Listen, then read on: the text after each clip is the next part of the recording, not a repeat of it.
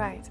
Well, I didn't go up for Eritrea, and I remember when I first got the script. And whenever you get a script, you flick through and you read all the bits that you get a sense of the whole thing. And I was reading, and I was automatically really struck by her bravery and her courage and her vulnerability and her strength, and I just thought she was this wonderfully well-rounded character, and I was so excited at the prospect of playing her. And then I did a tape actually, as I wasn't available to audition, and then like in person, and then did a second tape, and then they liked that, and so then I came down and did a screen test, and then found out sort of the week later that I got the job, which was so exciting. So yeah.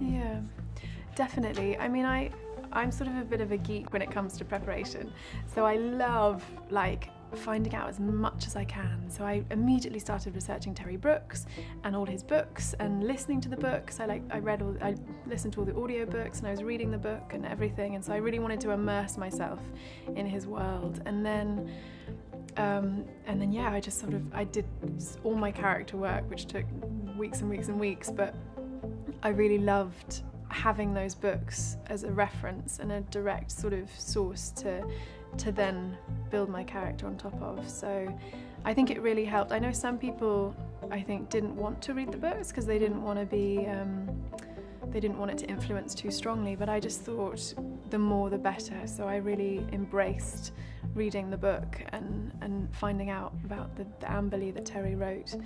And I think there are definitely some differences in the screenplay, but there are also so many similarities, and what I was really conscious of was wanting to keep the essence of Amberle alive in the screenplay, because she's such a precious, beautiful sort of like peaceful, lovely character, and I didn't want that to be lost because in the screenplay she's obviously been, you know, I mean, she's rightly so, she's got a lot more strength and she's a warrior and she's kind of a lot braver, but I didn't want her to lose that wonderful sort of gentle sensibility that she had in the books, so I hope.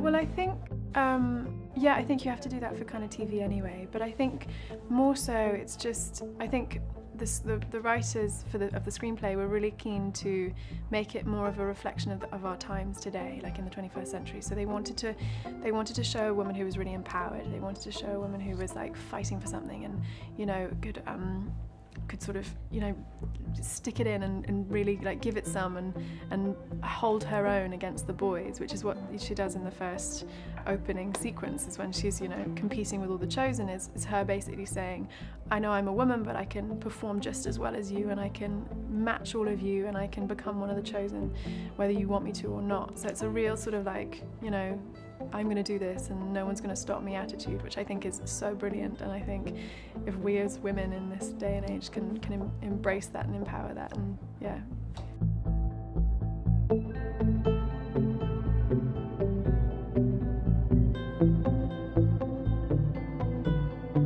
I think it's a really interesting one because obviously they start off as such loggerheads, and they're really sort of, yeah, they're really not keen on each other at the beginning because they're both vying for Will's affections. So that's a really interesting dynamic to come into. But then I think as it evolves and as the sort of the complexity of the situation and of the sort of everything that they're going through in this massive journey that they're having to embark on, like, escalates, and the pressure of that increases, I think they realise that that there's no point in having any tension between them, and that the bigger picture is so much more important than any sort of little niggles that they could be having between each other. So I think when they realise that, then they start to let their guards down a bit and then start to see each other as more as human beings, which I think is really lovely. And then they do develop a really interesting, really difficult, sort of complex relationship, which, yeah, I think can be interpreted in so many different ways. But I think regardless of whether you view it as a more romantic thing or whether you just view it as a friendship, I think I'm not even sure that's important to decide what it is or which it is, but it's just a really precious, special bond that they end up forming, and I think that's, yeah, I think it's really beautiful, and I love the way it was written, and I love the way that, yeah, that it sort of ended up becoming.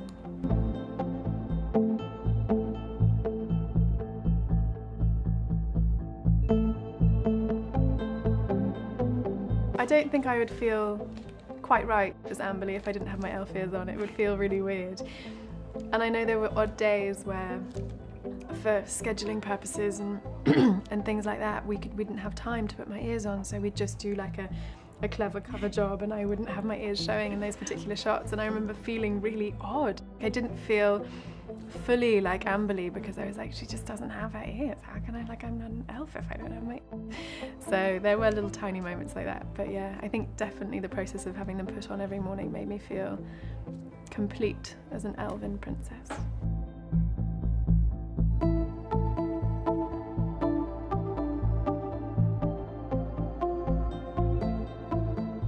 In terms of her journey in season 1, I think she does go through a really interesting time, because at first she's quite resistant. She's kind of, at the very beginning, she's quite gung-ho and is like, you know, kind of wants to give it a go and to save the world, but then she has these moments of sort of faltering, like a horse at a jump, like just sort of goes, oh no, I don't want to do that, and then she finds it and has to delve quite deep down in herself to galvanize herself together, and, you know, and realize that her destiny is so much greater than any tiny worries or insecurities that she has, and that then she has no choice but to fulfill her destiny, which is to save the world.